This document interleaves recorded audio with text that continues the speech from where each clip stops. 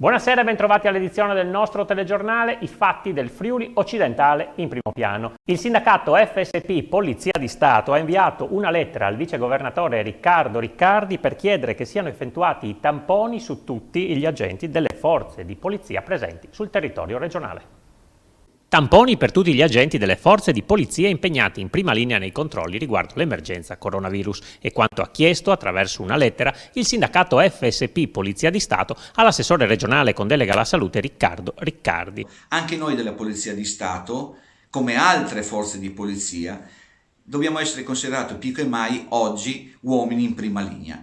In effetti noi siamo presenti nelle zone rosse, siamo presenti nella strada, siamo presenti presso le stazioni, siamo presenti nei valichi autostradali, proprio in questo momento particolare, a contatto con cittadini, a contatto con gente per richiedere l'autocertificazione, per fare l'autocertificazione a chi non è in possesso, ma più che mai dobbiamo essere sicuri di poter star bene per garantire questa sicurezza a tutti.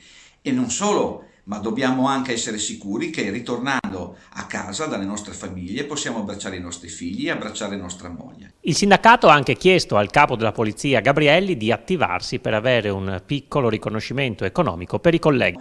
Riteniamo che mettere in bilancio una piccola quota anche alle forze dell'ordine, e parlo di 10 euro al netto per ogni operatore, credo che sia una spesa che nel bilancio nostro incida per lo 0,001%.